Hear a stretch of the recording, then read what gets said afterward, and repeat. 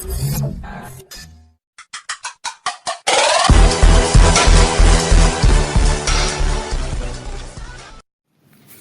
Back to Bong verdict. আমি জ্যোতির্ময়। আজকে চলে এসেছি আবারও একটা নতুন এপিসোড নিয়ে। আজকে ডাঙ্কির 4th ট্রেলারটা নিয়ে আলোচনা করব। এখানে প্রথম থেকেই দেখা যায় যে এসআরকে কিন্তু ব্যাকগ্রাউন্ডে এই স্টোরিটা ন্যারেট করছে। স্টোরিটা একটা ছোট গ্রাম, লালটু বলে একটা গ্রাম, এবং সেখানকার গল্প। এবং স্টোরিটা শুরু হচ্ছে কিন্তু 1995 থেকে।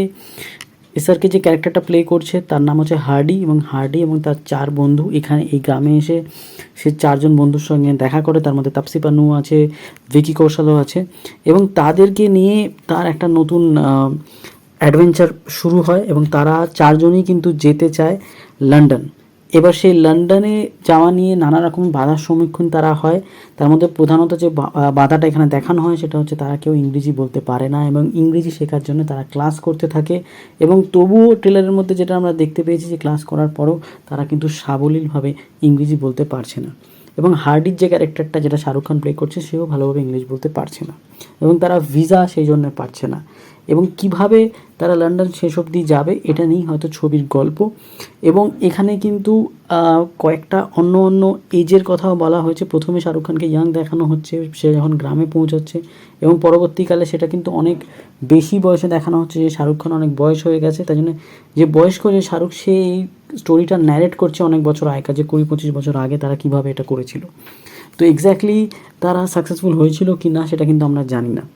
তবে হ্যাঁ, রাজকুমার হিরানি যে ধরনের ছবি করে, যে ধরনের একটা ভাইবস থাকে রাজকুমার হিরানি, সেটা কিন্তু এই ছবিতে একেবারে নেই।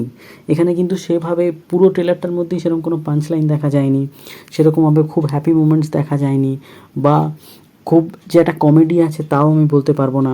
তো এটা একটু কিন্তু অন্য ধারার ছবি। যেরকমভাবে এখনও পর্যন্ত রাজকুমার হিরানি যে ছবিগুলো করে এসছে, সেটা মুন্না ভাই হোক, সেটা পিকে হোক, বা 3 ইডিয়টস হোক, সেই ধরনের ছবি বা সেই ধারার ছবি কিন্তু এখনও পর্যন্ত ডাঙ্কিকে দেখে মনে হচ্ছে না। ডাঙ্কিটা একটু অন্য রকমের হবে। এবং এখানে কিন্তু অল্প স্বল্প একটু ভায়োলেন্সও থাকতে পারে, কেন শাহরুখ খান একজনকে গুলি করছে সেটাও কিন্তু ট্রেলারে দেখা যাচ্ছে। এবং সে পরবর্তীকালে ইল্লিগালি লন্ডনে গিয়ে যাওয়ার পর সে গ্যাংস্টার হয়ে গেছে নাকি সেটাও কিন্তু দেখার, কেন কি সেখানে দেখা যায় যে সে একজন অফিসারকে কিন্তু গুলি করছে। তো সে গ্যাংস্টার হয়েছে নাকি অন্য কিছু, যখন যে ন্যারেট করছে সে কি হয়ে গেছে এত বছর পরে সেটা কিন্তু জানা যাচ্ছে না বা বোঝা যাচ্ছে না। তো এতটা পর্যন্ত ট্রেলারে দেখানো হয়েছে। তো এই 3 মিনিটের ট্রেলারে এতটুকুই বোঝা যায়, তো সেটুকুই এক্সপ্লেন করা যাচ্ছে। আমি জানি না এরপরে আরও কোনো ট্রেলার আসবে কি না।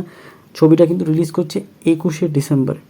তো 21শে ডিসেম্বর অবধি আমাদের সকলকেই অপেক্ষা করে থাকতে হবে। তবে আশা করা যায় যেহেতু রাজকুমার হিরানির, সেহেতু দেখতে তো হবেই ছবিটা অবশ্যই কেমন হয়েছে। না দেখলে আমরা কেউ বলতে পারবো না। তবে এখানে শাহরুখ খানের লুকটা আমার খুব একটা ভালো লাগেনি ব্যক্তিগতভাবে। আমার মনে হয় জওয়ান বা পাঠানে তাকে অনেক বেশি স্মার্ট লেগেছে। এখানে কিন্তু সেই শাহরুখ খানকে জিরোর যে লুকটা ছিল অনেকটা কিন্তু সেরকমই লাগছে। যাদের যাদের ভিডিওটা ভালো লেগেছে তারা অবশ্যই লাইক, কমেন্ট, সাবস্ক্রাইব এবং শেয়ার করবে। ধন্যবাদ। আরও অনেক আপডেটস নিয়ে আসবো।